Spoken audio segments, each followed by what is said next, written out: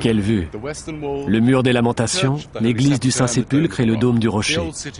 La vieille ville de Jérusalem, point de mire de trois grandes religions. Les Israéliens la prennent en 1967 et en raison de sa valeur symbolique d'ancienne capitale des rois David et Salomon, l'incorporent à leur capitale actuelle, provoquant la colère et l'hostilité soutenue des Arabes.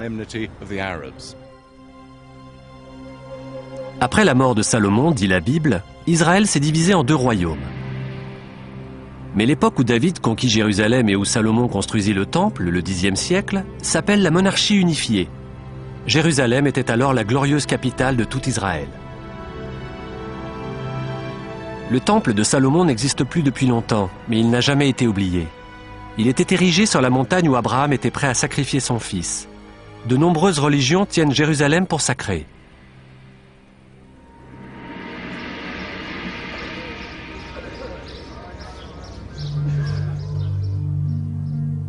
Aujourd'hui, certains spécialistes disent que Salomon n'a jamais existé et que Jérusalem n'a jamais été la capitale du royaume d'Israël. Nous n'avons aucune preuve archéologique d'une monarchie unifiée sous David et Salomon, telle que la Bible la décrit. Il n'y a quasiment aucun vestige du Xe siècle, ni de témoignage de Salomon. Jérusalem était probablement un village très pauvre, ou une toute petite ville. Si on regarde toutes les fouilles menées à Jérusalem depuis plus d'un siècle, un site pourtant étudié en profondeur, on trouve à peine une ou deux poignées de tessons qu'on puisse dater du Xe siècle, dit période salomonienne. Cela tendrait à prouver qu'il n'y avait pas de ville ici. Toutefois, parler de témoignages ou d'absence de témoignages comme preuve est ridicule. Des fouilles sont faites actuellement à Jérusalem. Et je ne pense pas que l'archéologue qui a fait ces fouilles me contredirait si je dis que dans toutes ces excavations, même en creusant de haut en bas dans les débris, il n'a jamais trouvé un seul tesson byzantin. Or, nous savons que Jérusalem était une grande ville à l'époque byzantine. Qu'il n'en ait trouvé aucun vestige dans ces fouilles, signifie-t-il qu'il n'existait pas de ville byzantine? Bien sûr que non. Mais à 65 km d'ici se trouve une mosaïque byzantine représentant une carte de la ville. Le problème avec la Jérusalem de David, c'est qu'elle n'est mentionnée nulle part, sauf dans la Bible. Il n'existe qu'une seule référence aux Israélites en Égypte, un témoignage sur la façon dont le pharaon Merneptah a écrasé toute opposition dans les autres pays. On le date en général de 1200 avant Jésus-Christ, vers l'époque où les Israélites devaient être en train de conquérir Canaan. Le peuple d'Israël est ravagé, il est sans enfants.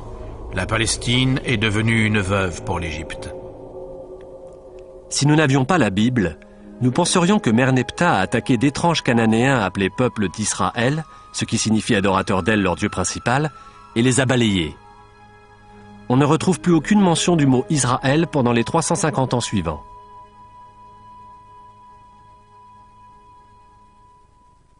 L'histoire de la Bible est totalement différente, bien sûr. Au lieu de dire que les Israélites ont été détruits par Pharaon, elle explique qu'ils ont conquis un grand royaume dirigé par le roi David depuis Jérusalem.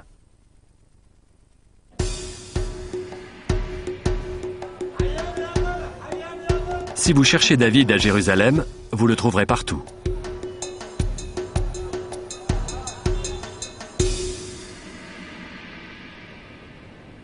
C'est ici sa ville. La cité de David, Sion, qui a donné son nom au sionisme, le mouvement politique à l'origine de la création de l'Israël moderne. La cité de David est le fait d'une montagne d'environ 200 mètres par 600. Cette partie de Jérusalem était sous domination arabe jusqu'en 1967. Aujourd'hui, une colonie sioniste s'y est installée.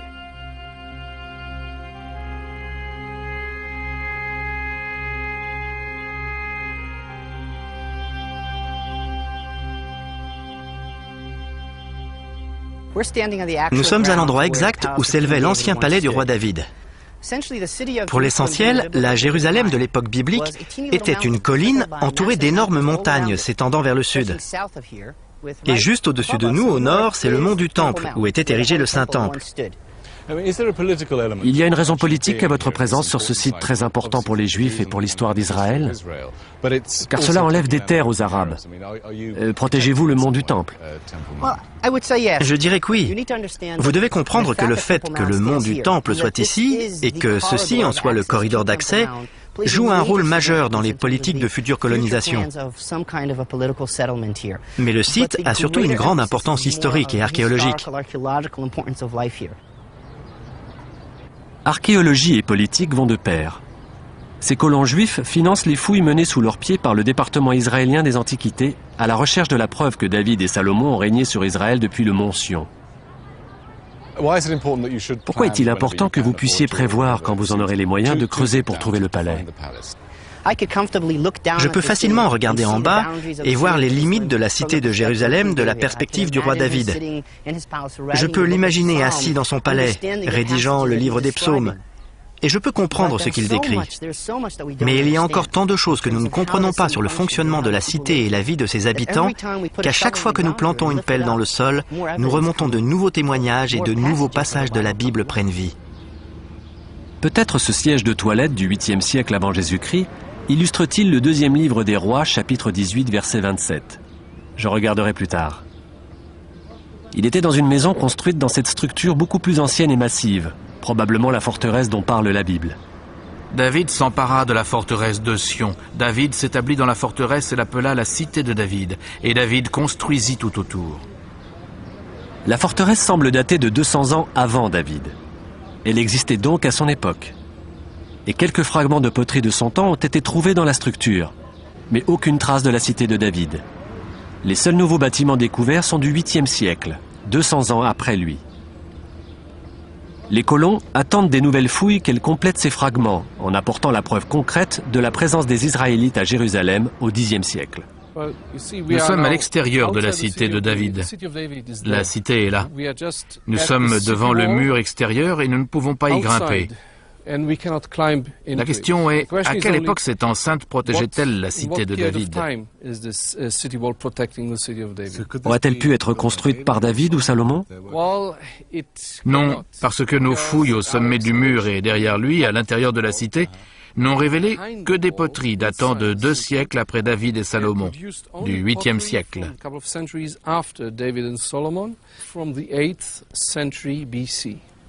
Je vois. C'est le problème dans toute la cité. La Bible dit qu'aux alentours de 1000 ans avant Jésus, je vois. C'est le problème dans toute la cité. La Bible dit qu'aux alentours de 1000 ans avant Jésus-Christ, le roi David s'est emparé de Jérusalem. Selon le livre de Samuel, ses troupes sont entrées par un caniveau ou une conduite d'eau. C'est incroyable, Ronnie. Quel est cet endroit? Nous sommes sous terre, dans un tunnel creusé par l'homme. Nous allons vers la source, où l'on puisait de l'eau en secret. Elle a été creusée au XVIIIe siècle avant Jésus-Christ par les Cananéens. Il existait donc environ 800 ans avant l'époque supposée où le roi David a conquis la cité. Oui, si on se fie aux poteries, et c'est notre seul moyen de savoir, il n'existe pas le moindre tesson près de la source, ni dans son proche voisinage.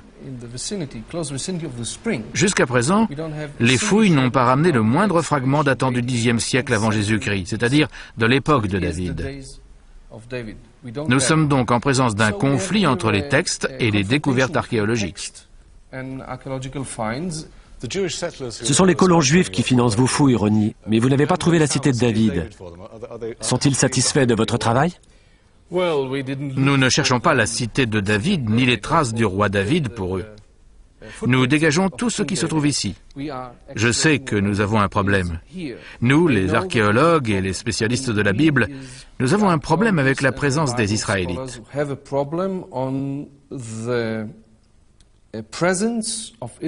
Nous avons des preuves de celles des Cananéens du XVIIIe siètre et de celles des Israélites du 8e siècle, un millénaire plus tard.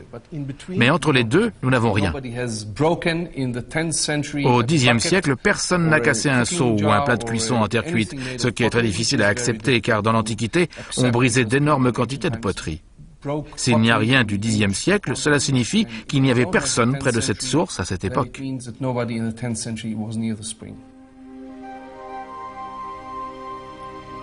C'est déroutant.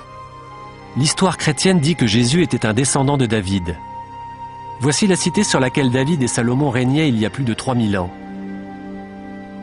Aucune trace de présence israélite? Pas de David? Pas de ville sainte? À la mémoire du général de division Shlomo Goren, premier grand rabbin des forces de défense israéliennes et grand rabbin d'Israël, chef des libérateurs du mont du Temple et du mur des Lamentations. L'histoire des anciens Israélites conquérant le pays en tant que peuple élu du Dieu unique n'est peut-être pas vraie. Mais lorsque les Israéliens prennent Jérusalem en 1967, au nom de cette histoire, des soldats qui n'ont jamais montré d'intérêt pour leur religion fondent en larmes en arrivant au mur. C'est un site symbolique. Mais certains spécialistes affirment qu'il n'y a pas eu de ville judaïque ici avant le 9e siècle avant Jésus-Christ, quand c'était la Judée, pas du tout Israël. Leur affirmation a une grande signification politique, qu'ils le sachent ou pas. Si la question est quand devient-elle la capitale d'Israël, elle ne l'a jamais été. Alors en réalité, Jérusalem est devenue la capitale d'un État appelé Israël en 1967. Peut-on dire ça? Vous voyez ce que je veux dire? Oui, c'est la première fois que l'ancienne ville de Jérusalem est associée à un État du nom d'Israël. Il n'est pas étonnant que les sionistes trouvent ce genre d'affirmation très dangereuse. Je ne pense pas qu'ils tentent vraiment de menacer l'existence de l'État. Ils fournissent des armes et des munitions à ceux qui veulent lui retirer sa légitimité. L'archéologie est un grand puzzle.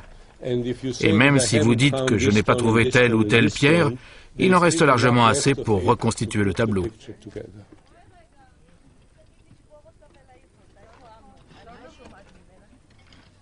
Les archéologues disent souvent qu'absence de preuve n'est pas preuve d'absence.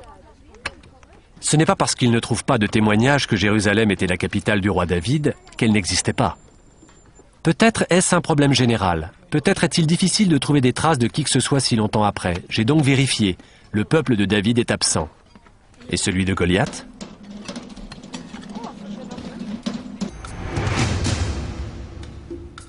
Quelques années après que le pharaon Merneptah ait dit qu'il avait détruit les Israélites, son successeur Ramsès III doit gérer une invasion massive de peuples de la mer. Parmi eux, il y a les Philistins. Ils finissent par s'installer sur la côte cananéenne.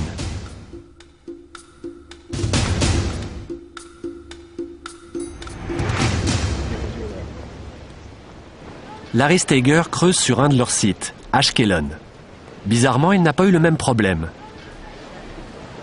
Nous cherchons des Philistins? Les voici. Nous sommes sur la côte. C'est un monde ici totalement différent. C'est un monde cosmopolite. Les gens qui vivaient ici vivaient dans des villages agricoles. Nous avons de nouveaux éléments qu'on n'a jamais vus. Si on s'en tenait aux découvertes, on serait obligé de dire qu'au temps de la monarchie unifiée, Jérusalem n'était pas grand-chose, alors qu'Ashkelon était une cité prospère. Les Philistins étaient apparentés aux Grecs. Nous avons des poteries peintes qui remontent à l'époque des Grecs mycéniens. Nous trouvons également à Chypre, ici, ainsi que dans certaines parties du monde grec, des omoplates de vaches qui ont été incisées. Il peut y avoir 30 ou 40 incisions. Et elles servaient comme instrument de musique. C'est encore une chose que l'on trouve chez les Philistins, mais pas dans les cultures environnantes. Cette découverte que les Philistins viennent de la Grèce antique, le monde décrit par Homère, donne du sens à certains points de la Bible qui semblaient déconcertants.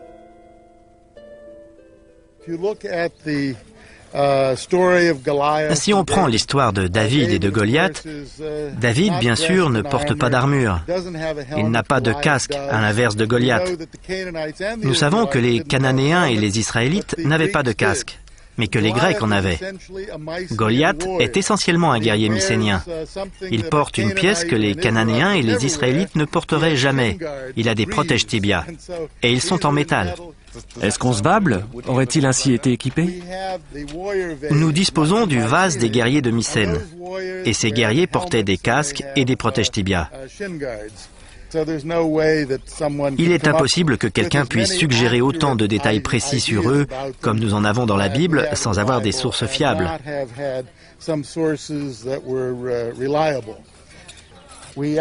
En fait, les fouilles nous ont appris une chose que nous n'avions jamais envisagée. La plupart des gens ont dans l'idée que les Philistins, dans l'acceptation actuelle du terme, étaient des gens grossiers et des rustres. Eh bien, nous découvrons qu'ils étaient très sophistiqués, des citadins, avec une culture cosmopolite. Là-bas, il y a une grande cuve en calcaire. Ah oui. Eh bien, cette cuve servait de baignoire. On avait connaissance de baignoires dans le monde mycénien, à Chypre, mais on n'en avait jamais vu dans cette région jusqu'à l'arrivée des Philistins. Quand on pense au personnage biblique de Goliath, c'était un véritable géant. La baignoire que vous venez de trouver n'a pas l'air très grande. Puis-je voir sa taille? Bien sûr. Pour avoir une idée. Je suis petit, alors je ne pense pas que... Oh, remarquez, ça irait. Pas mal. Pas mal. Plutôt pour un personnage comme David qui est censé être petit. Ou plutôt pour Dalila. Ces Philistins commencent à m'impressionner. Prendre son bain au soleil, ça devait être parfait. C'est un endroit superbe pour prendre une leçon d'archéologie, Larry. Merci beaucoup. Mais c'est un plaisir. On peut la remplir maintenant. Je crois qu'il faut que je m'en aille. Merci. Si nous ne savons rien de la vie dans la Jérusalem du Xe siècle, il existe tant de traces des Philistins que nous pourrions même goûter leur cuisine. Vous voyez, John, cette jarre philistine, nous l'appelons jarre de cuisson, parce qu'elle n'a qu'une seule anse. On peut verser tout ce qu'elle contient, et elle a un fond plat, ce que nous appelons une base en forme d'anneau. Oui. Elle est très différente des poteries cananéennes. Voici un récipient de cuisson cananéen. Bien sûr, il a été reconstitué à partir de toutes les petites pièces qu'on a retrouvées sur le site. Mais le résultat final est un récipient de cuisson typique de la période des Philistins. On voit qu'il est très ouvert. Complètement différent de la jarre philistine. À fond rond. Si on essayait pour voir comment les Philistins préparaient leur repas dans ce pot. Essayons. Franchement, je ne suis pas sûr que nous allons goûter, mais on verra.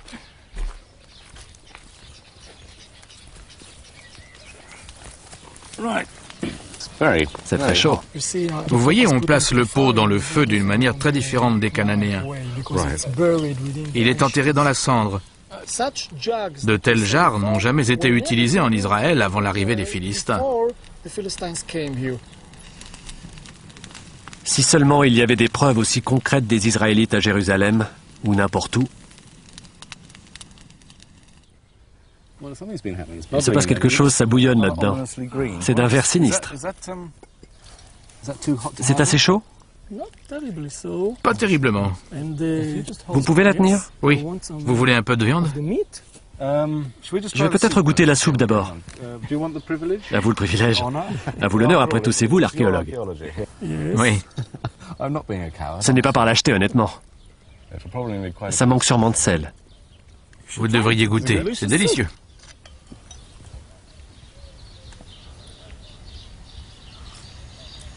C'est vrai. Plus on découvre de détails sur les Philistins, plus l'Ancien Testament semble précis à leur sujet. Il nomme même le site où nous cuisinons, Ekron, et ce nom a été trouvé ici sur une inscription. Mais la Bible décrit les Philistins comme ayant toujours vécu dans la région, alors qu'en réalité, ce sont de nouveaux envahisseurs.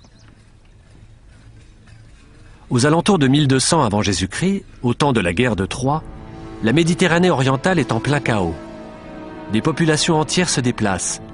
Les Égyptiens subissent les attaques des peuples de la mer. La colonie philistine de la côte cananéenne fait partie de cette mouvance. Jusqu'alors, Ashkelon était une ville cananéenne. Quelque part entre 1200 et 1150, les Philistins se sont installés. C'était une nouvelle culture qui s'imposait à l'ancienne. Parfois, ils allaient jusqu'à brûler les premières cités cananéennes.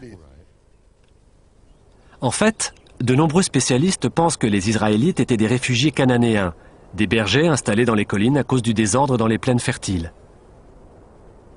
Lors de ce grand bouleversement, il n'y a pas de doute qu'il y a eu des difficultés économiques qui ont obligé les groupes de bergers à s'installer et à produire leurs propres semences. Je vois donc la naissance du premier Israël comme faisant partie du tableau plus général des événements ayant eu lieu en Méditerranée orientale. Cet argument est basé sur les découvertes faites dans les colonies rudimentaires des collines, qui semblent être les premiers sites israélites. Les poteries des maisons cananéennes sont israélites. Les jarres de cuisson, dans leurs maisons à 4 chambres caractéristiques, ont le col évasé et le fond rond. Elles sont conçues pour la cuisine cananéenne. Mais il n'y a rien de tout ceci à Jérusalem. Aucune trace de quiconque y cuisinant quoi que ce soit au Xe siècle. Ce qui a amené certains spécialistes à affirmer que de grandes parties de l'histoire des Israélites étaient complètement mythiques, y compris l'existence même du roi David. Jusqu'en 1993. À l'époque, Avraham Biran, archéologue israélien chevronné, fait des fouilles à Tel Dan, l'antique cité de Dan à l'extrême nord d'Israël. Notre géomètre faisait un relevé de ces murs. Il faut toujours faire des cartes avant de terminer. Et alors que nous marchions par ici, elle a crié soudain « Je crois qu'il y a une inscription ». Ah oui? Je me suis approché, j'ai regardé, et c'était vrai. Et la voici. Les rayons du soleil illuminaient cette pierre de basalte, les lettres étaient nettes. Et j'ai dit, on voit le mot Meler, roi. Meler Bet David, roi de la maison de David. Vous voyez, sur le premier site, on n'a pas trouvé d'inscription. Sur le deuxième, on n'en a trouvé aucune portant le nom de David. Et ici, il y en a une qui a été faite environ 100 ans après le règne de David. Et certains spécialistes de la Bible maintiennent qu'il n'y a pas eu de monarchie unifiée, que David et Salomon n'ont pas existé. Cette découverte bouleverse toutes leurs théories, et ils se sont sentis obligés de la contester. Quelqu'un a été jusqu'à dire que c'était une imposture.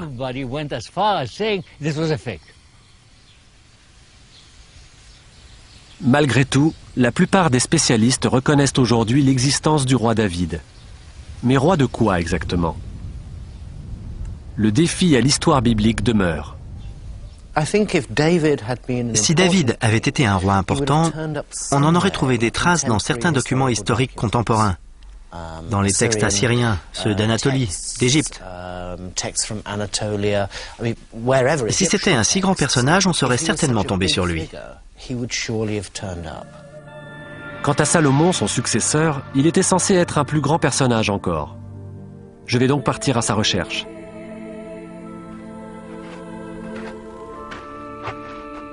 Ce n'est pas facile.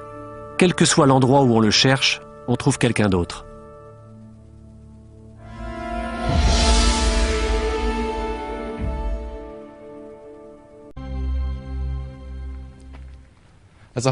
Comme otage à Beyrouth, j'ai été victime d'un ancien conflit. En captivité, j'ai lu la Bible 2 fois.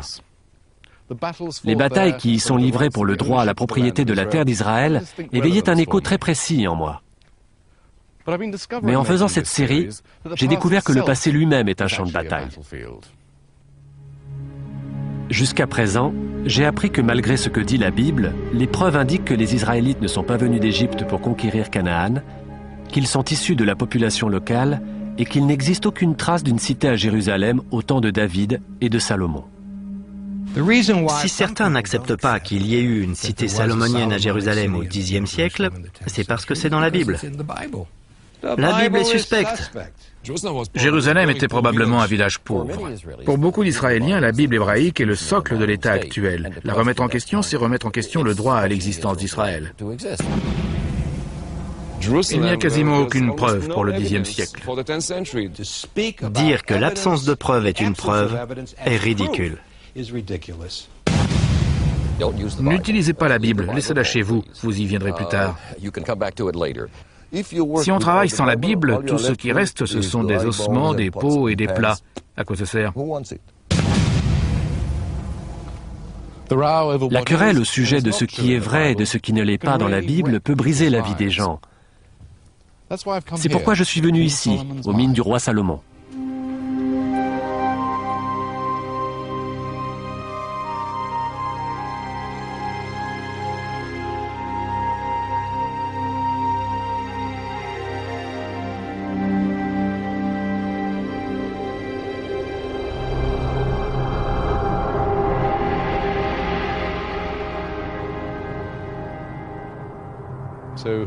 Nous voici donc aux mines du roi Salomon.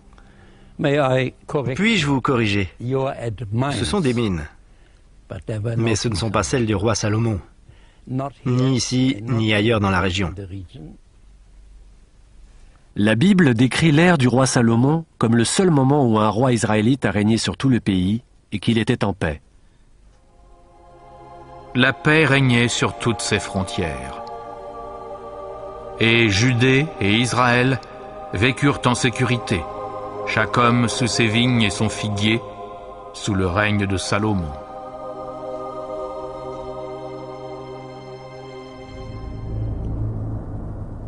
C'est Beno Rothenberg qui a commencé à ébranler le mythe lors de ses fouilles à Timna, à l'extrême sud d'Israël.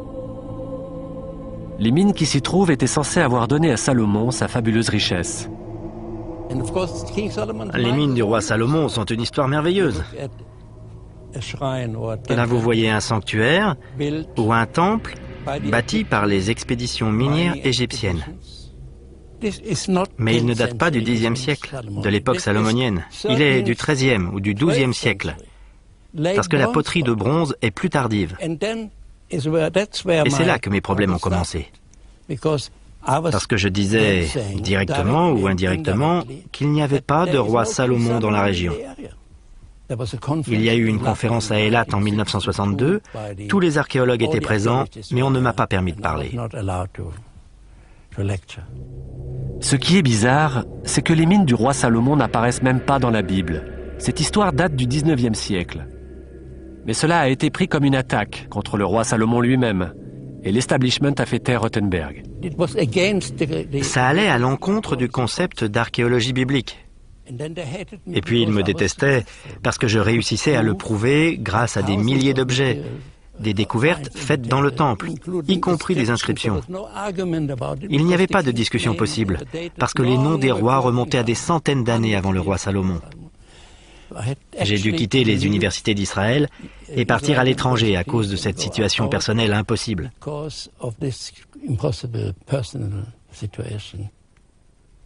Mais le climat a changé, et Beno Rothenberg est de retour en Israël. C'est le roi Salomon qui aujourd'hui est sur la défensive. Nous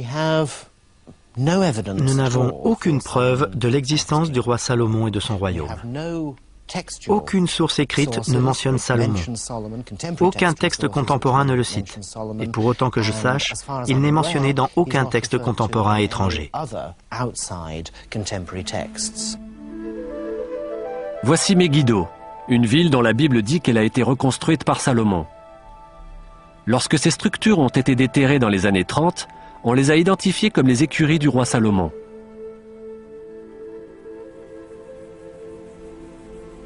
Premièrement, elles n'appartenaient probablement pas à Salomon. Et deuxièmement, ce n'étaient probablement pas des écuries. Ça ressemble à des abreuvoirs. D'après vous, qu'est-ce que c'était? Ces écuries nous posent des problèmes.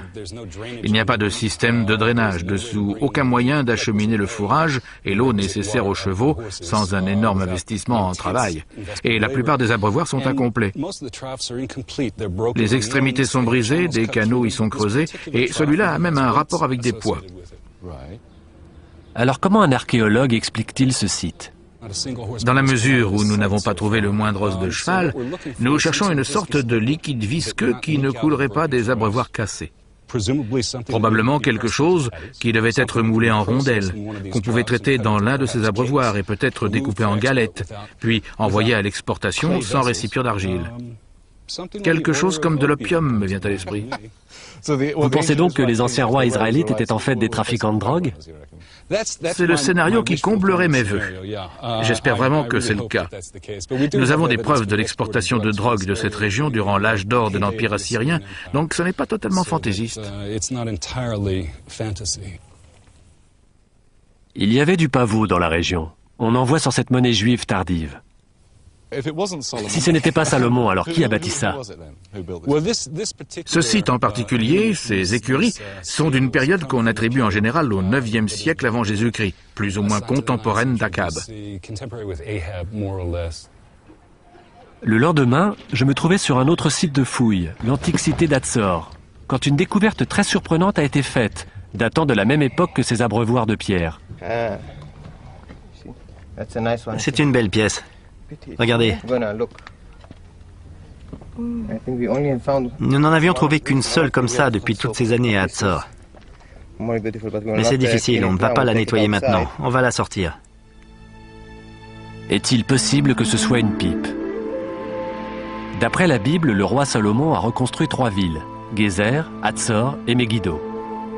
Dans les années 50, un archéologue israélien a découvert des portes monumentales dans les 3 villes et a annoncé que c'étaient les portes du roi Salomon. Voici celle d'Hatzor et celle de Megiddo. Mais celle-ci, Salomon se la voit confisquée. David, c'est donc la porte du roi Salomon, comme on l'appelle ici à Megiddo. C'est vraiment sa porte?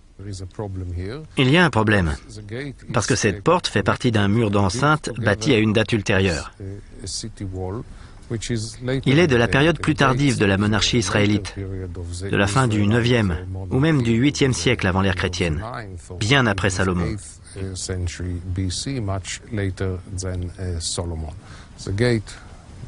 La porte a été construite en même temps que le mur, c'est très évident. Par conséquent, elle est plus tardive.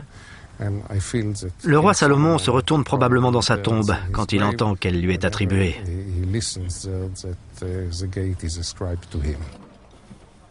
Bon, il a perdu ses écuries et il a perdu sa porte. Mais il n'a pas encore perdu son palais. En fait, ceci est un palais, et assez grand. Il fait environ 30 mètres de long sur 20 mètres de large, ce qui en fait un grand bâtiment. Une partie a été déterrée par Yigal Yadin dans les années 60. Oui.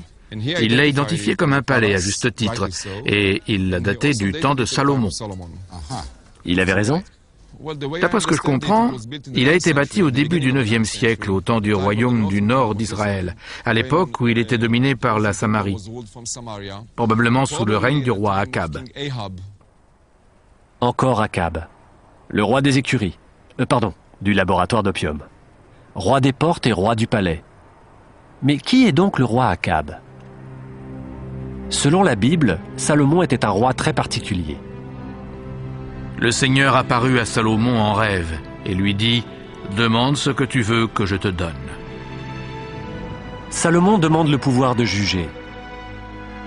Le jugement de Salomon est légendaire. Pour reconnaître la vraie mère d'un bébé, il ordonne qu'il soit coupé en 2. Le bébé reste entier. C'est le royaume qui est coupé en 2. Bon juge, mauvais souverain. À la seconde où il meurt, le royaume se divise. Environ 50 ans plus tard, Akab prend les rênes du royaume du Nord, appelé Israël ou Samarie. Et si ce que disent Finkelstein et Ussiskin est vrai, l'empire de Salomon, dirigé depuis Jérusalem au Xe siècle avant Jésus-Christ, devient une fable, une invention. Ces blocs de pierre massifs ont été mis là pour Akab et son père, Omri. Au temps de Salomon, d'après Israël Finkelstein, le roi de Megiddo se contentait de briques de boue et de gros cailloux. En effet, cette ville est de la période de David et de Salomon. Toutefois, ce n'est pas une cité de David ou de Salomon. Nous sommes à la toute fin du monde cananéen. Il n'existe pas vraiment d'État au Xe siècle, bien qu'il soit toujours possible d'arguer en faveur d'un État dont le centre se serait trouvé à Jérusalem. C'est très difficile. Bien sûr, personne ne douterait du royaume de Salomon s'il y avait des vestiges de son palais et de son temple à Jérusalem. Mais il n'y en a pas. Nous n'avons pas une pierre du temple de Salomon. Nous en avons des descriptions, mais pas une seule pierre. Le temple de Salomon aurait dû être le cœur de son royaume. Mais on ne peut même pas le chercher. Si certains vestiges sont enfouis sous le dôme du rocher et la mosquée Al-Aqsa, ils ne risquent pas d'en sortir.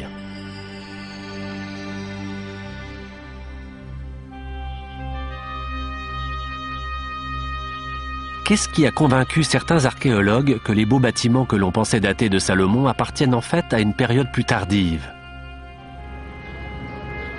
Ce sont les poteries qui donnent la réponse. Jusqu'en 1990, on croyait que si on trouvait ce type de poterie sur un site, on contemplait un objet fait au temps du roi Salomon. Pourquoi? principalement parce qu'on les trouvait dans les vestiges de bâtiments dont tout le monde pensait qu'ils avaient été construits par Salomon. Mais en 1990, David Ussiskin commence à creuser à Tel Jezreel, à quelques kilomètres de Megiddo, le palais d'été d'Akab et de sa femme. Jezreel était la forteresse principale des rois Omri et Akab. Il est évident que c'était leur centre militaire principal. On voit qu'elle est bâtie sur une position très dominante. Elle surplombe la route principale et la vallée de Jezreel. Ce sont les premiers rois israélites dont les noms apparaissent en dehors de la Bible. Les inscriptions décrivent Omri et son fils Akab comme les oppresseurs des Moabites. Et Akab fait partie de la liste des ennemis les plus puissants des Assyriens. Ils ne sont pas aussi célèbres que Salomon, mais vous connaissez peut-être la femme d'Akab, Jézabel. Elle apporta la ruine à tout le monde, et par le fait même, elle fournit la preuve qui a tellement déconsidéré Salomon. Ces enfants de Jezreel écoutent l'histoire biblique de ce que Jézabel fit à Naboth. Il possédait une vigne proche du palais. Akab convoitait cette vigne. Naboth ne voulait pas la lui vendre. Pour remonter le moral de son mari, Jézabel fit exécuter Naboth sous de fausses accusations et le roi reçut sa propriété. Pas très sympathique. Il n'y a plus de vignes aujourd'hui, mais il y a des preuves de leur existence près du palais. En fouillant le site, les archéologues découvrent dans cette grotte des récipients pour le vin, de vieilles jarres. Théoriquement, on pressait le raisin derrière moi. Le jus coulait à travers ces pierres, puis on le récupérait et on l'entreposait ici. La Bible reflète un sentiment d'indignation. Environ un mois plus tard, Akab est tué dans une bataille, et peu après, Jezreel est détruite. C'est la fin de Jézabel. Le souverain assyrien, Shalmaneser III, a consigné sa victoire sur Akab, bien qu'il ne mentionne pas l'avoir fait pour venger Naboth. Jézabel a peut-être été une calamité par certains côtés, mais elle a rendu un grand service à l'archéologie. Elle apporta la destruction sur Jezreel à une date connue. La poterie peut donc être datée. Pas étonnant que l'archéologue soit son plus grand fan. Je dis toujours à ma femme, en blaguant, qu'une épouse qui est prête à commettre un meurtre, parce que son mari est de mauvaise humeur, est une femme parfaite et qu'on devrait suivre son exemple. La ruine qu'elle provoqua, et par conséquent les poteries découvertes dans les fouilles, ont pu être datées avec précision. Sam Moured était chargé de consigner les découvertes. Les poteries que nous avons trouvées dans les strates de Jezreel ont une date très proche de celle de la destruction du site dans les années 840. Cela signifie que ce sont les mêmes poteries que l'on supposait être salomoniennes à Megiddo. À 16 km de l'autre côté de la plaine de Jezreel se trouve le tertre de Tel Megiddo. Le message qui y est envoyé est de la dynamite. On a découvert des poteries du siècle suivant celui de Salomon, et ce sont les mêmes que celles du grand palais de Megiddo. Ce palais ne date donc pas du temps de Salomon. Il n'y a pas eu de puissant empire israélite au Xe siècle. Nombreux sont ceux qui rejettent violemment cette thèse. L'intervalle entre Salomon et Akab n'est que de 100 ans. Ils n'acceptent pas que le type de poterie utilisé sous le règne d'un roi ne l'ait pas été sous celui de l'autre. Je crois que cette poterie a vécu très longtemps, qu'elle est apparue au Xe siècle et a duré jusqu'au IXe. Quelle différence y a-t-il entre le Xe et le IXe siècle? Ce ne sont que des nombres. Et je ne crois pas que les gens de l'époque, le 1er janvier 900 avant Jésus-Christ, aient réalisé qu'ils passaient du Xe au IXe siècle. Mais où sont les preuves? Mazar peut-il trouver des poteries de ce genre sur un site datant sans conteste du temps de Salomon? Il fait des recherches à quelques kilomètres de Megiddo, à Tel Rehob. Qu'avons-nous ici? Par exemple, voici une coupe, ou calice, qui fait partie d'un ensemble de 6. Nous les avons trouvés aujourd'hui le long des murs, et nous les avons juste nettoyés. Avant même la restauration, on voit que ce morceau s'adapte. Je ne suis pas un très bon restaurateur. Et où est-ce que ça va? Ah, vous voyez, c'est le pied. Ça fait une jolie coupe. Nous avons tous les morceaux, nous les avons trouvés en quelques jours. Ici, il y a un pied. Nous en avons trouvé 6 le long du mur. C'est un récipient typique des 10e et 9e siècles avant Jésus-Christ. Il est possible de dire si une jarre est plus ancienne qu'une autre, mais ça ne nous donne pas sa date exacte. Si on trouve des matériaux organiques avec les poteries, des graines ou du bois, on peut les dater scientifiquement par un procédé appelé datation au carbone 14. Nous avons trouvé un gros tas de semences sous un amas de briques. C'était donc un environnement complètement clos. Nous l'avons fait analyser au carbone 14 dans 2 laboratoires et ils nous ont donné une date entre 900 et 830 avant Jésus-Christ. Le problème, c'est que la datation au carbone 14 ne précise pas l'année. Tout ce qu'on peut dire, c'est qu'il est probable à 98% que la date tombe dans une période donnée. C'est ce qui s'est passé ici. Malheureusement, la fourchette du carbone 14 va de Salomon à Akab. Exactement cette période. On est dans le pétrin. Voici le problème. Le niveau inférieur de cette chambre abrite la poterie en question. Puis la pièce a été comblée avec des débris et une nouvelle chambre a été construite au-dessus, renfermant des poteries semblables. Combien de temps cela a-t-il pris? Mazar est sûr que la première chambre remonte au Xe siècle à l'époque de Salomon. Mon ami Israël Finkelstein prétendrait que les 2 niveaux sont probablement du 9e siècle avant Jésus-Christ. Parce que pour lui, les poteries du niveau inférieur ne peuvent être du 10e siècle. Elles doivent être du 9e. Selon moi, il est impossible de condenser cette énorme stratigraphie, toutes ces phases, dans une période de moins de 70 ans. Si Mazar a raison, les poteries du grand palais de Megiddo et le palais lui-même peuvent être associées à Salomon. Alors, où est la vérité? Peut-être que ce qui compte, c'est que même Mazar parle de Salomon comme d'un souverain beaucoup moins puissant qu'il n'est décrit dans la Bible. L'important, c'est que ces fouilles et celles d'autres sites sont à l'image de notre vision générale de cette monarchie. Pour ma part, je ne pense pas qu'elle ait été aussi glorieuse que ce que raconte la Bible. Certainement pas. Elle était beaucoup plus modeste et bien moins glorieuse et puissante qu'on ne l'imagine à la lecture des histoires de David et Salomon. Mais combien plus modeste? Peut-être Salomon n'était-il rien de plus qu'un chef de tribu local mythifié, ce qui nous ramène à Jérusalem. Est-il possible que des sites à l'architecture monumentale aient été dirigés à partir d'une ville, Jérusalem, où il n'existe presque aucun vestige du Xe siècle, aucun témoignage de Salomon? Jérusalem était probablement un village très pauvre, ou une petite ville à l'époque, alors qu'ici, nous avons une architecture monumentale. Il y a quelque chose qui cloche. Il y a un groupe de gens en Israël qui a sa propre version de l'histoire, et qui pourrait expliquer comment il est possible qu'un vrai Salomon ait existé sans grande capitale à Jérusalem. C'est la cérémonie annuelle de la Pâque des Samaritains, des gens qui affirment descendre des habitants du royaume d'Israël d'Akab, ou Samarie, celui qui fut détruit par les Assyriens en 721 avant Jésus-Christ. Si vous cherchez les tribus perdues d'Israël, vous êtes au bon endroit. Ici, sur le mont Gérizim. Dans la tradition juive, Jérusalem, la montagne sur laquelle Salomon a bâti son temple, est celle où Abraham devait sacrifier Isaac. C'est ici qu'étaient célébrés les grands sacrifices de la Pâque. Et c'est ici que les Samaritains font leurs sacrifices. Ils croient que Jérusalem n'a pris une importance particulière que longtemps après Salomon. Lorsque la Samarie, le royaume du nord d'Israël, est ravagé par les Assyriens, les réfugiés inondent le royaume du sud de Juda, accroissant soudainement la population de Jérusalem. Puis Juda est anéanti par les Babyloniens et Jérusalem détruite. Les Juifs sont dispersés. 70 ans plus tard, on leur permet de revenir et de reconstruire un nouveau temple.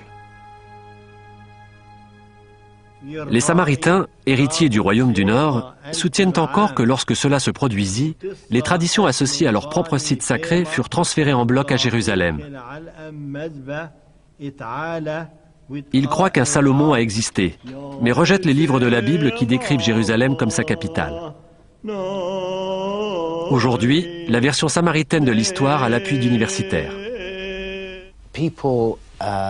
Les gens qui ont élaboré les histoires bibliques à l'époque de l'exil babylonien ont vu Jérusalem à son apogée, à son âge d'or, comme si c'était la capitale. Je suis sûr que la tradition vient de là.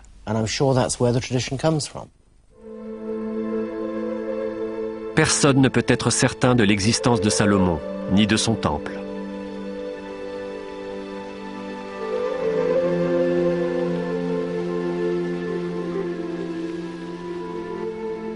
Nous sommes au sanctuaire du livre, bâti pour célébrer les manuscrits de la mer Morte.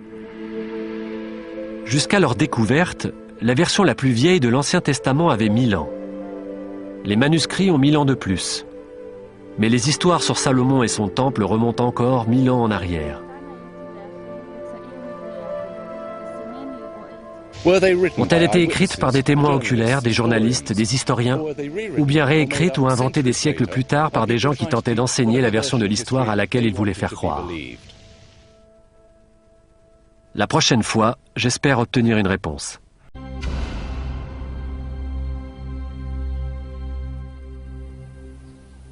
Dans cette série, je tente de découvrir ce qui se cache derrière l'histoire biblique des Israélites. Une histoire ayant engendré des passions qui flambent encore aujourd'hui. J'en sais quelque chose. Pendant la majeure partie des 2000 ans qui viennent de s'écouler, elle a été prise au pied de la lettre. Mais récemment, certains chercheurs ont affirmé que c'est une invention du début à la fin, sans rapport avec la vérité historique. Je vais essayer de trouver une réponse. Ce que raconte la Bible, est-ce mythe ou réalité? L'État d'Israël existe dans le cadre de l'histoire biblique. Il a été fondé ici plutôt qu'ailleurs parce qu'ici était l'Israël de l'Ancien Testament. À l'époque, il a dû lutter pour exister, et il lutte toujours. Uri, nous sommes très hauts et notre vue s'étend dans deux directions. Que regardons-nous exactement? Nous contemplons la Syrie.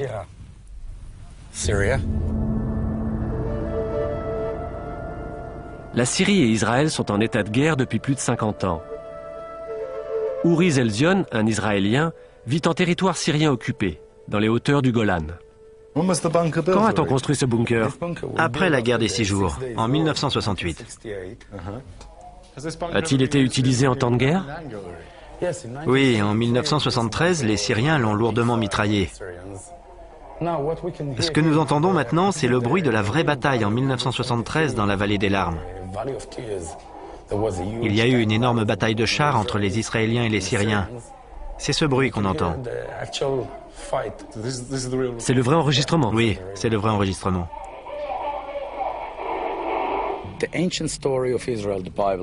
L'ancienne histoire biblique d'Israël est très importante pour moi. Je me considère comme un Israélien et un Juif. Je peux ne pas être religieux et ne croire en rien, ça fait partie de moi, personne n'y peut rien. Mais je fais partie de la famille juive ou de la nation juive, comme on veut. Pour moi, la Bible n'est pas destinée qu'aux croyants. Je peux la lire aussi. Et c'est un bon livre d'histoire. L'histoire de la Jérusalem antique, telle que la raconte la Bible, est devenue une attraction dans la Jérusalem moderne.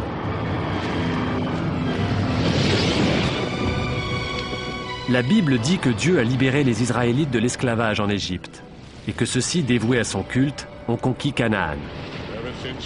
Depuis ce jour, la flamme de la foi brûle ici, et le roi David y a bâti sa capitale. Cette ancienne flamme, la flamme de la foi, a brûlé dans le temple que Salomon construisit sur cette colline même. L'histoire que j'ai découverte est très différente de celle de l'Ancien Testament. Canaan était une province égyptienne. Les salles cananéennes du British Museum renferment nombre d'objets égyptiens trouvés là. Vers 1200 avant Jésus-Christ, le pharaon Ramsès III doit défendre l'Égypte contre des vagues d'envahisseurs venus de la mer.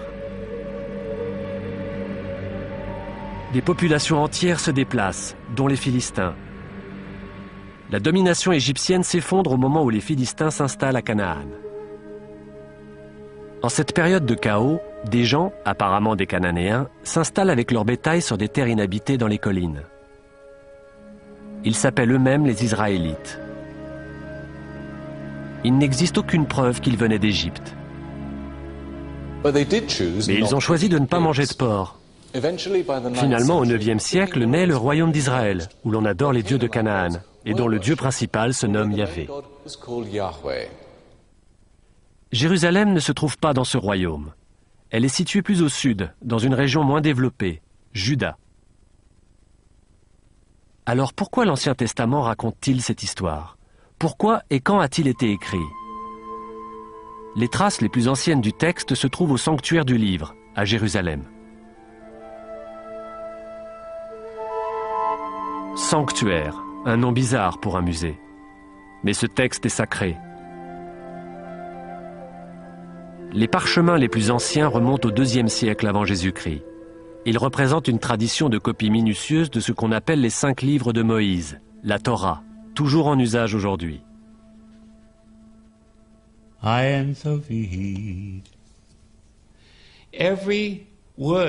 doit faire résonner chaque mot à voix haute avant de l'écrire. Et chaque lettre doit être dite en même temps qu'on l'écrit. Le texte des rouleaux de la mer Morte est parfaitement identique. Il est vrai que nous n'avons que des fragments de la Torah, mais nous avons déterminé que les copies étaient identiques. Les rouleaux de la mer Morte sont écrits sur une peau d'animal cachère, et j'en fais autant.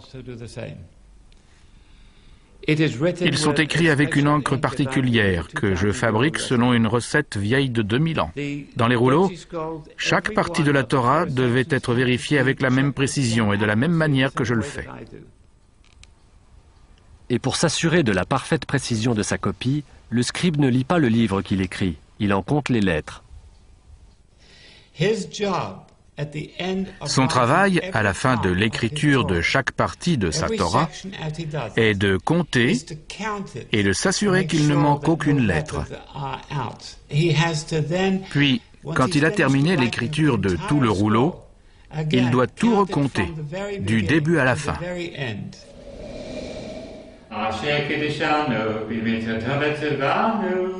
Pour écrire le nom de Dieu, le scribe doit se purifier par un bain rituel.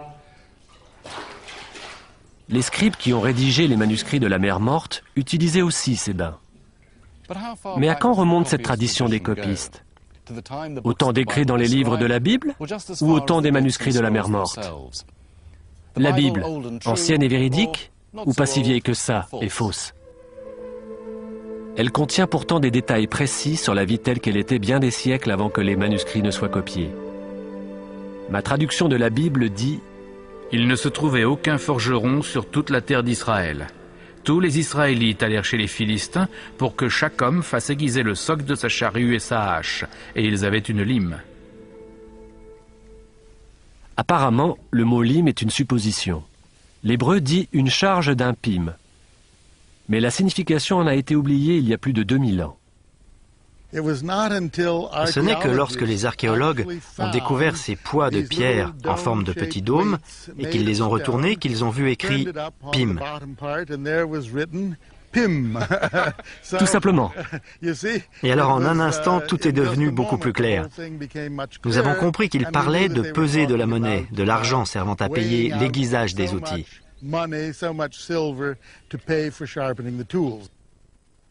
Mais l'événement historique le plus lointain de l'Ancien Testament qu'on puisse relier à des vestiges connus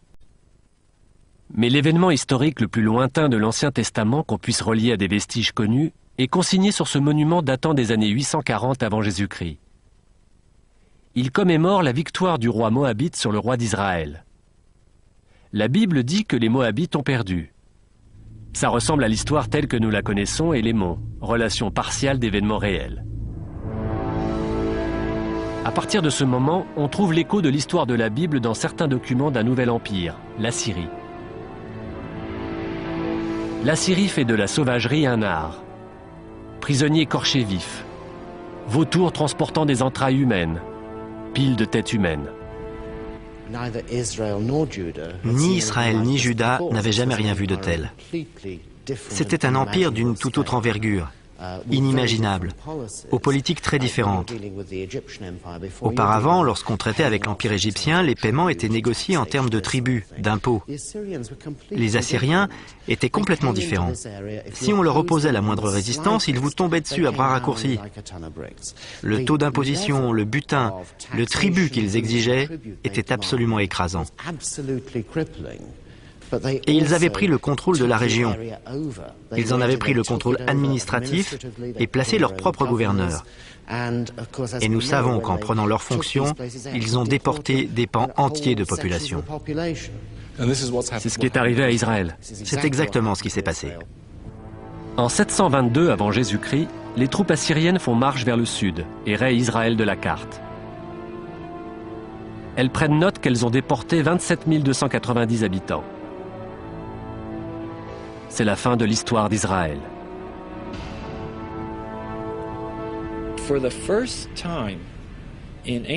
Pour la première fois dans l'histoire ancienne du Moyen-Orient, toute la région est contrôlée par un seul pouvoir politique. Les peuples se mélangent. Les Assyriens mènent une politique d'échange de population. Alors que tous les autres sont jetés dans le gigantesque malaxeur assyrien, le petit royaume de Juda en réchappe, et Jérusalem s'étend. Des réfugiés sont venus à Jérusalem. Certains historiens ont suggéré que des réfugiés d'Israël, le royaume frère du Nord, sont venus en Judée après leur conquête par les Assyriens sous Sargon II. Une partie de la population a été exilée en Assyrie et l'autre s'est enfuie. Elle a même été invitée par le roi Ézéchias, comme il est dit dans la Bible. Après 722 avant Jésus-Christ, tous les États du Moyen-Orient sont anéantis. Mais Juda décide de ne pas se soumettre. Comme l'Angleterre en 1940, le pays fait face tout seul. Les forteresses frontalières de Juda affrontent un ennemi si puissant que même l'Égypte est condamnée. Quels étaient les risques? L'aventure semble folle. D'une témérité absolue, franchement. Ils devaient être de parfaits idiots. Ils devaient avoir vu et compris ce qui était arrivé ailleurs et qui risquait fort de leur arriver. Je ne comprends vraiment pas pourquoi ils ont résisté aux Assyriens comme ils l'ont fait. Peut-être qu'à l'instar des Anglais en 1940, ils croyaient que c'était une guerre du bien contre le mal et qu'ils n'avaient pas le choix.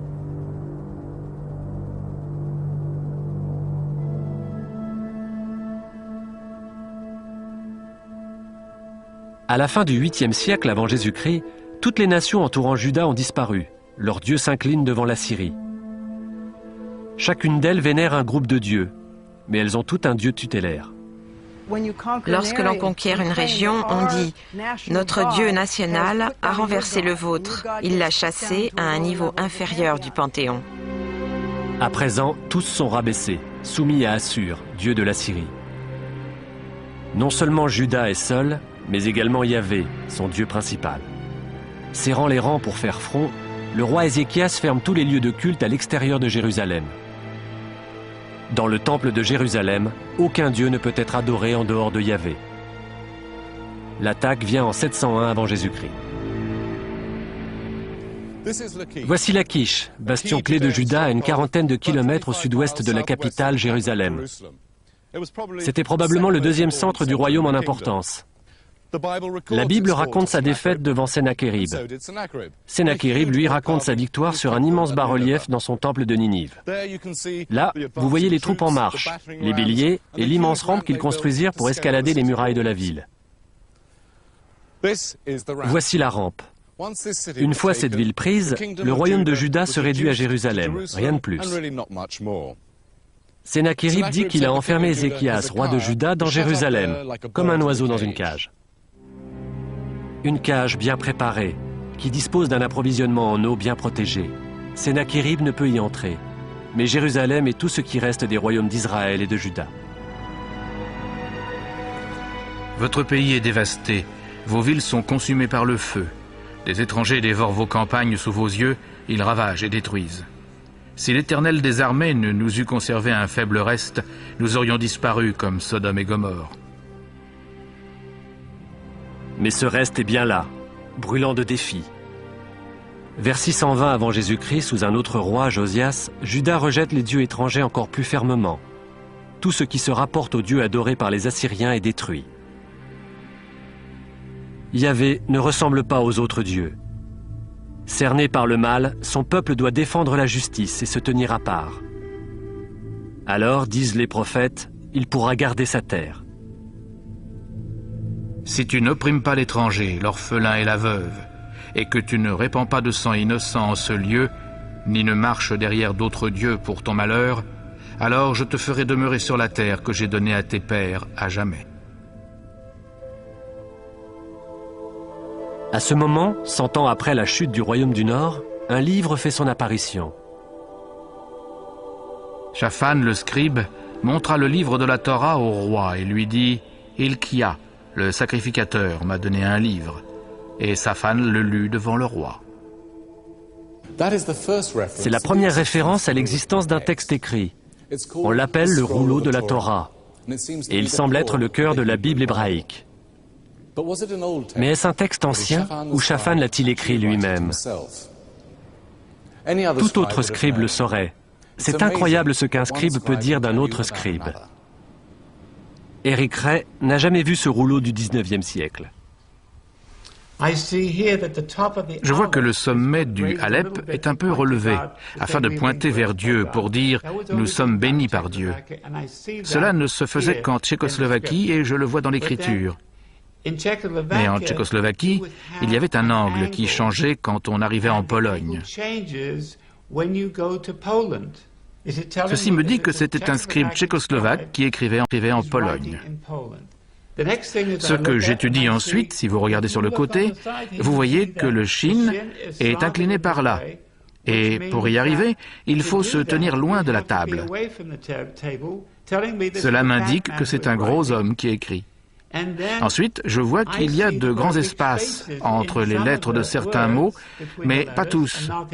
Ce qui n'arriverait pas chez un homme petit qui voit bien et garde une cohésion. Nous savons donc que c'est un homme grand et ventru, ce qui me donne une bonne idée de qui était le scribe. Voici le sceau d'un scribe datant environ de 620 avant Jésus-Christ. Il aurait pu voir le rouleau que Shaphan rapporta au roi et en tirer ses conclusions. Il était le scribe de Jérémie lui-même. En fait, le sceau de Baruch, le scribe de Jérémie, n'a pas été découvert sur un site archéologique. Il a été acheté chez un antiquaire. Il est surprenant de voir combien de pièces archéologiques d'importance sont trouvées, non grâce à des fouilles minutieuses et coûteuses, mais dans les arrière-boutiques de quelques marchands de Jérusalem. Ça date du roi David. C'est ça? Aussi du roi David, un vase à huile. C'est le vase à huile, et avec ça, ça fait un ensemble. C'est exact. Ça date de l'Ancien Testament. Je voudrais celui-ci. La plupart des gens qui trouvent des antiquités de valeur sont des paysans, des villageois. Ils ne connaissent pas les bons circuits pour aller voir les musées, alors ils nous les apportent.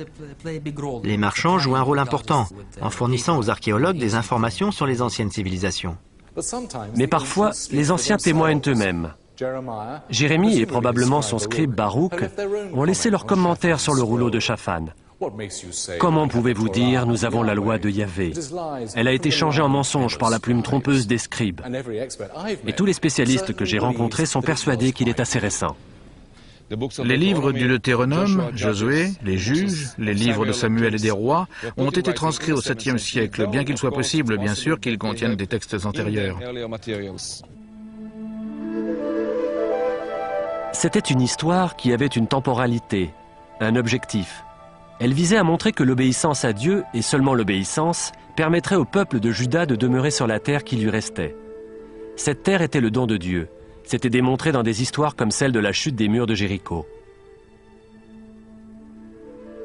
Yahvé votre Dieu vous a donné le repos, et il vous a donné cette terre. Dans ce conte, Dieu leur a promis non seulement la terre qu'ils habitent, mais une vaste région. Yahvé conclut une alliance avec Abraham en ces termes. À ta postérité, je donne ce pays, du fleuve d'Égypte jusqu'au grand fleuve, le fleuve d'Euphrate. Et jadis, dans cette légende, il possédait réellement cette terre, au temps de Salomon. L'histoire parlait d'un peuple qui s'était élevé du plus bas. Il s'était libéré de l'esclavage par le Dieu qui contrôle le monde pour se répandre sur la terre de Canaan.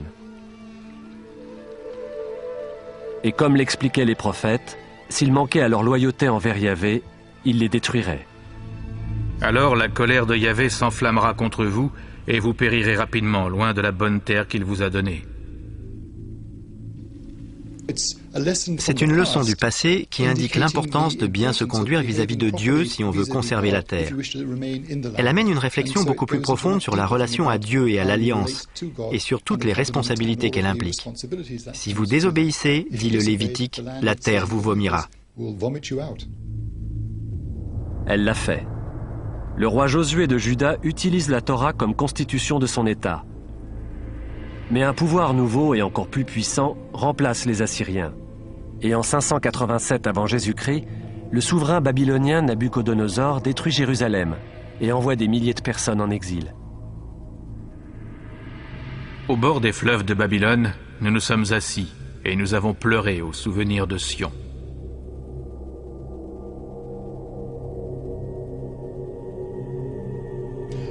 Mettez-vous à la place des Juifs. Peut-être auriez-vous l'impression d'avoir offensé les dieux que Josué a piétinés, Baal et Ashéra. Et qu'arrive-t-il? Babylone est conquise par Cyrus, l'homme de l'Antiquité qui se rapproche le plus d'un chevalier en armure étincelante. Il dit aux Juifs, retournez à Jérusalem, reconstruisez le temple et pratiquez votre religion. Vous vous diriez peut-être que Josué avait raison depuis le début. Et de retour à Jérusalem, le peuple de Juda, les Juifs, complète le texte de ce que nous appelons aujourd'hui l'Ancien Testament. Le fait est qu'il existe dans la Bible de nombreuses parties d'importance secondaire qui ont un rapport avec des événements historiques réels ou des informations, des témoignages. Mais ils sont secondaires. Ils ne servent qu'à véhiculer le message sous-jacent. Le véritable objet du texte réside dans son message. C'est la relation particulière du peuple juif à celui qu'il reconnaît maintenant comme Dieu unique.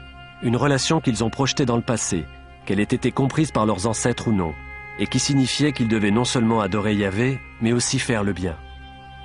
Alors Dieu leur permettrait de posséder la terre. Ce sentiment est toujours vivant. La terrible ironie, c'est que l'exigence de moralité est liée à la possession de la terre. La chrétienté et l'islam ont hérité des deux paramètres de cette dangereuse équation. Et pour beaucoup d'Israéliens, religieux ou non, cet État ne peut échanger la terre contre la paix sans trahir son autorité morale. Je ne me considère pas comme un élu. J'essaye d'être normal, comme vous. Mais j'ai une longue histoire. J'appartiens à la nation juive. Je veux le rester. Et cet endroit fait partie de ma terre. On l'appelle la terre promise ou l'État d'Israël, c'est mon pays. Je vis ici, je suis né ici, mes enfants aussi, et j'espère que mes petits-enfants naîtront ici. Les questions sur l'archéologie, sur le passé et sur l'échange de terre contre la paix ramènent tout au même point. Israël peut-il devenir un État comme les autres, qui pourrait se trouver n'importe où? Le doit-il? Vivrions-nous mieux sans Terre Sainte? La vision de la Bible sur l'Israël de l'Antiquité raconte une histoire si puissante qu'elle a façonné les traditions chrétiennes et musulmanes autant que celles des Juifs. Et ce pays est devenu la Terre Sainte de tout le monde. Sainte, spéciale, séparée et provoquant des querelles sans fin. Mais les trois religions s'accordent sur un point. Quand Dieu apportera enfin la paix à cette terre, l'histoire elle-même arrivera à son terme. Alors, quelle est la réponse finale, définitive sur la Bible? Affaire à suivre.